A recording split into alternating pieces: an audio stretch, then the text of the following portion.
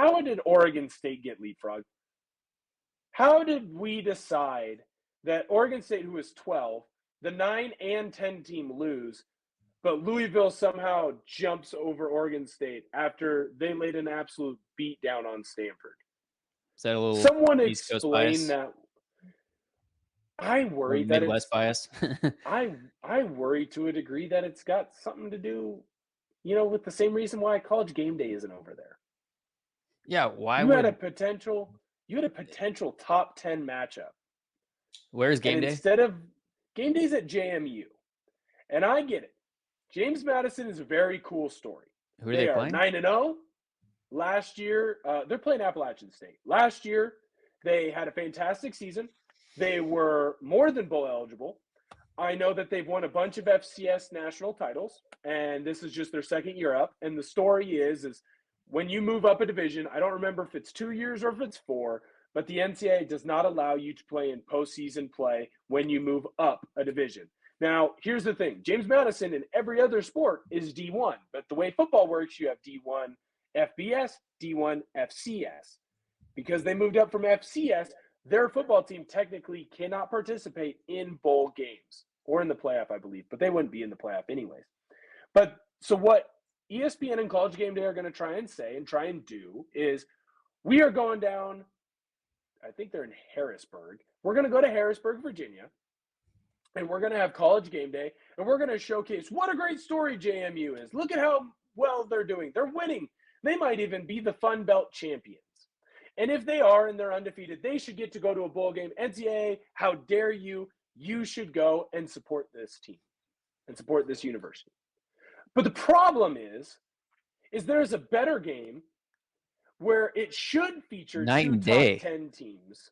Oregon State, who should be 10th, against UW, who should be 5th, down in Research Stadium in Corvallis, where Oregon State has an opportunity to not only end a perfect season for UW, but stick it to a team that has left them basically holding the bag or the remnants of the Pac-12, and you get an opportunity to go and beat them in your home stadium in a rivalry game and control your own destiny to getting into the Pac-12 championship.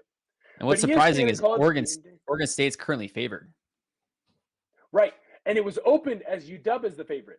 But here's the thing. The way that Oregon State plays and the way that UW plays, it favors Oregon State. Styles make fights, and UW got all they can handle from Utah. Oregon State plays the same way, and this year Oregon State is better. They have a better running back. They might not have as good of a defense, but you know where they dominate Utah in? They dominate them in the quarterback position. DJU and Aiden Childs are so much better than Barnes and Johnson. It's just the facts. So when you look at this, there is no reason that Game Day should not be in Corvallis. There is no true reason that they shouldn't be there, but they don't want to go there because they're worried that Oregon State fans would either boycott the game or boycott Game Day. Not the game. They're going to boycott. They don't want all those signs in the background. Or they show up with signs where they're ripping on ESPN, because ESPN did play a part in why Oregon State is on the outside looking in of Power 5 football. They did. They went to the Pac-12 with a deal. Pac-12 said, no, we want a little bit more. They said, okay, went to the Big 12 instead. And now all the other teams were able to find a spot to take care of them, except for Oregon State and Washington State. And they've made it clear by going out and attacking Washington State that they don't really care, right? When Dickert went after ESPN and he went after Lee Corso, they don't care about the Pac-12. And now, all of a sudden, when you have a moment to showcase, and that's what that show is for. That show is to showcase college football. And you have an opportunity where you can showcase the biggest game of the week, because Herb Street's still calling the game. So they still value it in a primetime slot. You have an opportunity to go to Corvallis and have an electric atmosphere and go and showcase one of the craziest stories in college football this year.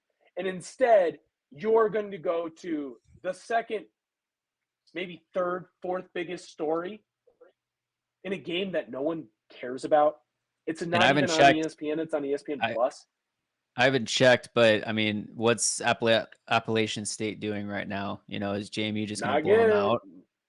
Not as good. I mean, JMU's not necessarily going to blow them out. It's still It's Appalachian State. They're a good team, but JMU is going to be favored.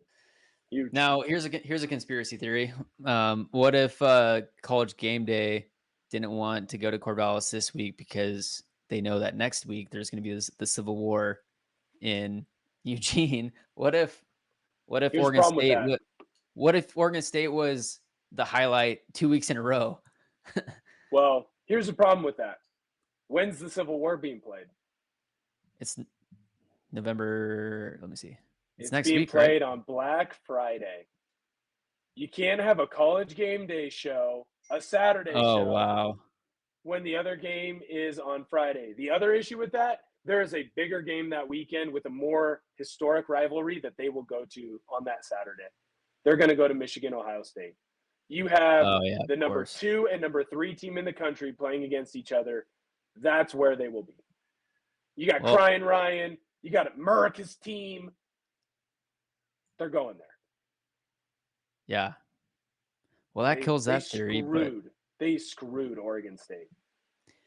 yeah, that's just upsetting. I mean, it's like when you have a monopoly or an oligopoly, whatever you want to call it, an ESPN, and then they have complete control over where the attention is, and they're like, oh, this, I don't like this over here. Let's just, we're not going to put eyeballs over here because that doesn't go into our agenda. That's just really frustrating.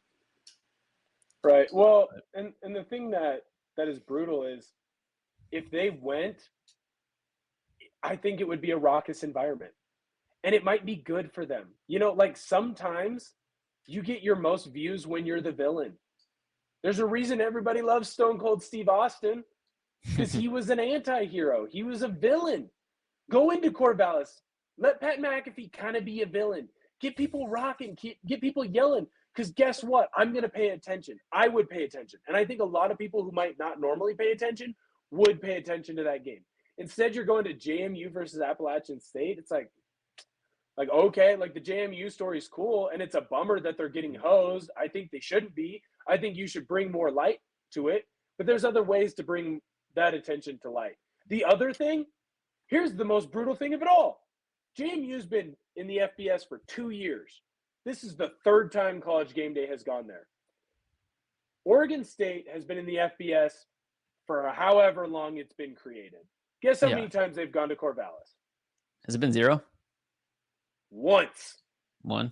In 2010, for the Civil War, when Oregon was like the number 1 or number 2 team in the country, and Oregon State could have maybe knocked them off, and if they knocked them off, Oregon State would then get to go to the Rose Bowl.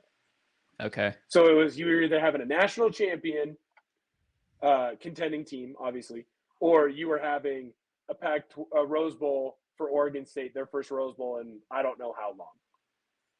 That's the only time they've gone to Corvallis. So it wasn't even really about Oregon State. It was more about Oregon.